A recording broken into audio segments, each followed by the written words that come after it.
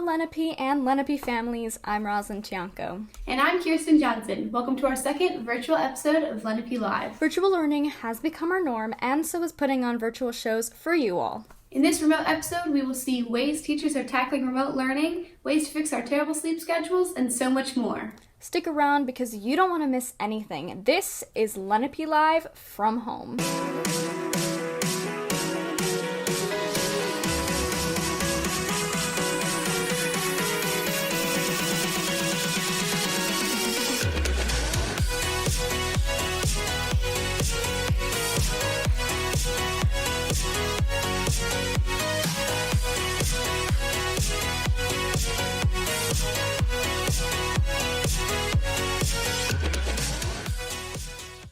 I know that since I've been home, I've completely forgotten which days are which, and my sleep pattern is so off.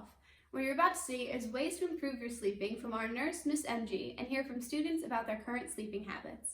Since the quarantine, many people have been experiencing trouble sleeping or have odd sleeping schedules.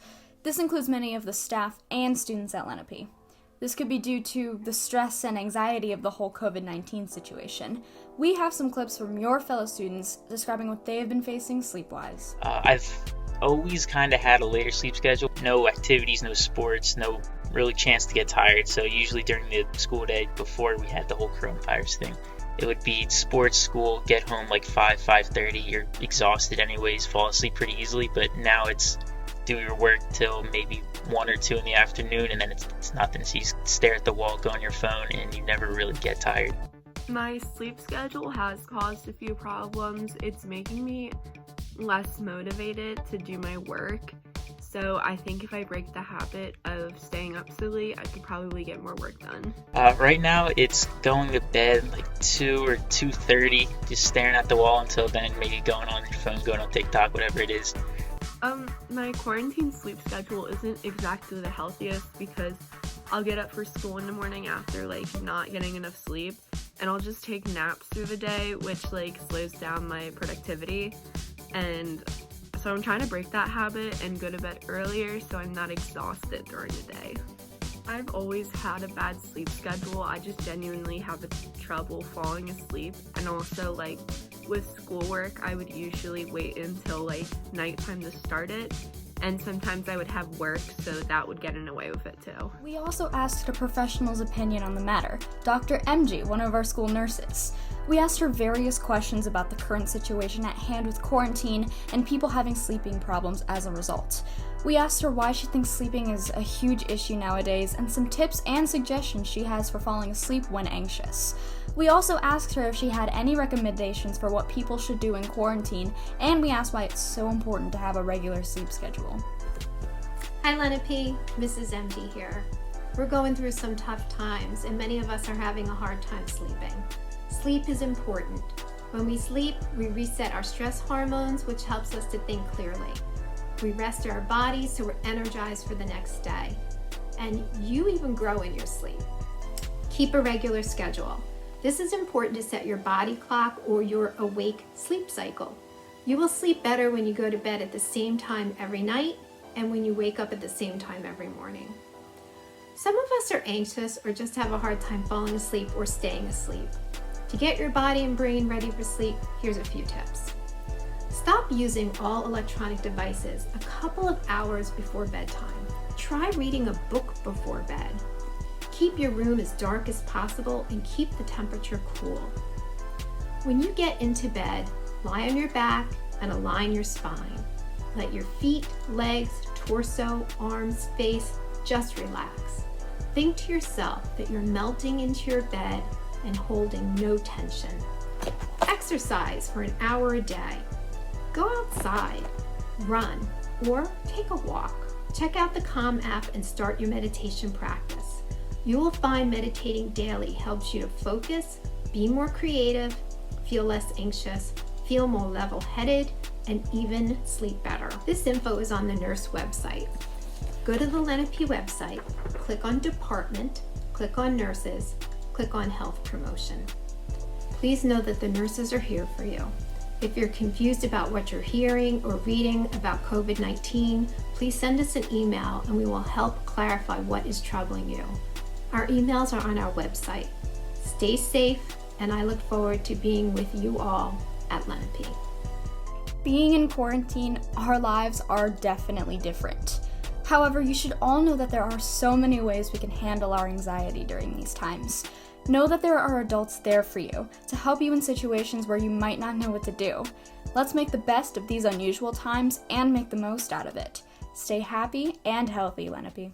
As you know, we've started flexible fifth days, where every fifth day, no new work is assigned. It is a chance to catch up on work you may have missed. We are in uncharted territory with the announcement that schools will remain closed for in-person instruction through the end of the year. That leaves us all unable to send off our seniors as we normally do.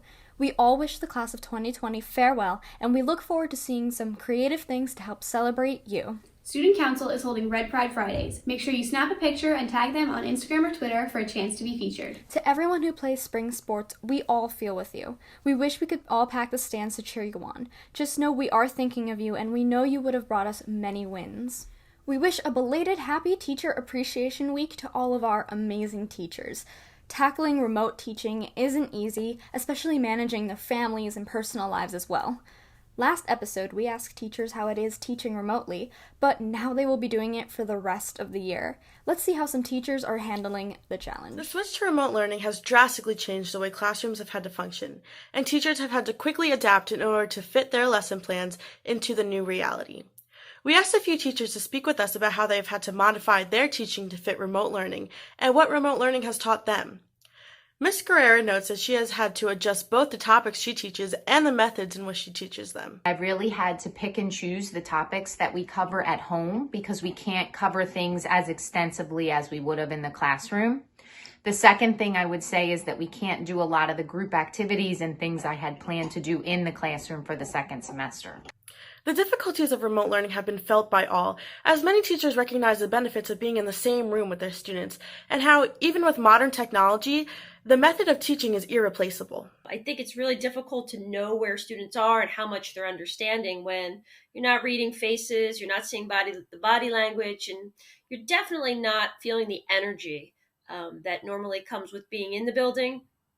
And we're not learning a lot from each other like we normally do. A lot of our learning comes from each other's experiences and sharing stories, and those things are just not happening as much now that we are separated via the screen. I really miss seeing all of you every day and seeing you smile and laugh and ask good questions in the classroom. So hopefully we don't have to do this much longer, and we'll get back to those things that we enjoy day to day that sometimes we don't realize until they're gone. If remote learning has taught me anything, it's how completely I rely on my students to have this all work. Being here in your house, making videos and posting them in the classroom is not how education should be, and I just really miss having students in class. Studying literature, it's all about looking at who we are as people and our fears and our joys and our failings and our courage and how that's all reflected in the stuff that we read. And having discussions about that is the fun part of this job. And that's the part that I really miss. So I'm looking forward very much to going back to real teaching. While it can't quite replace the value of being together in person, technology has been an enormous asset for teachers during this time. Google Classroom specifically has been a fantastic tool in allowing teachers to virtually connect with their students. I'd say the most effective thing is definitely using Google Classroom for just about everything, for communicating, for activities, for meets, for questions.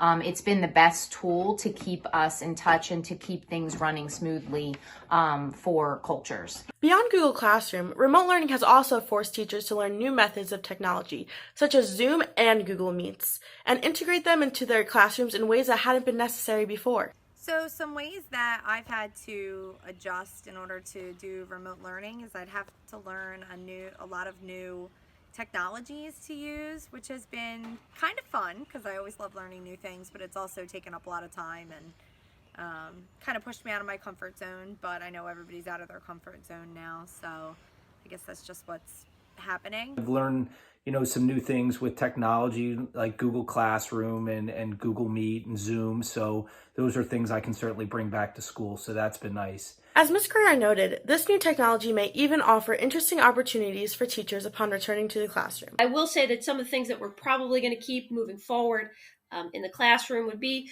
probably sharing more of the Screencastify videos, keeping things more logged in on Google Classroom so that students that might miss something during the day or be absent can come back and just watch and re-watch parts of the lesson. So I think that's going to be something that I will personally be doing more of next year, but hopefully still getting back to the classroom and feeling the energy of the group and learning from each other, because that's big. That's a really big part of what we do. Teachers know better than most about how difficult this time can be, but urge students to stay positive, work hard, and make sure they're taking care of themselves and loved ones in these unforeseen times.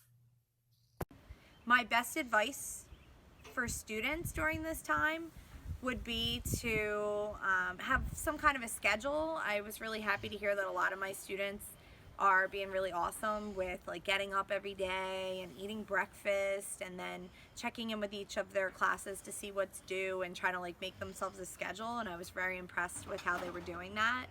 I also think some good advice for students would be to make sure you're taking care of yourself.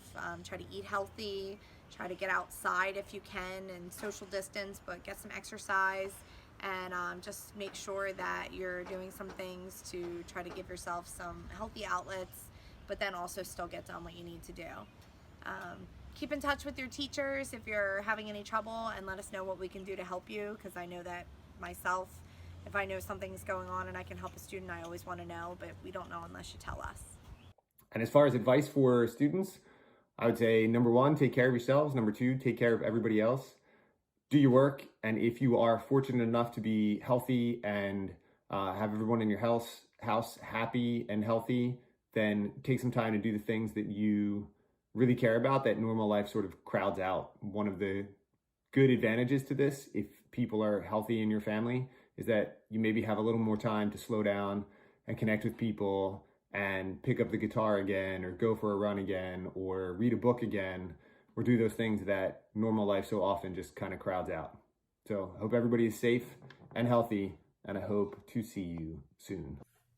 We here at Lenape Live are so grateful for our teachers. I want to thank each and every one of them for the hard work they've been putting in to provide us all with the best education possible, despite being stuck at home.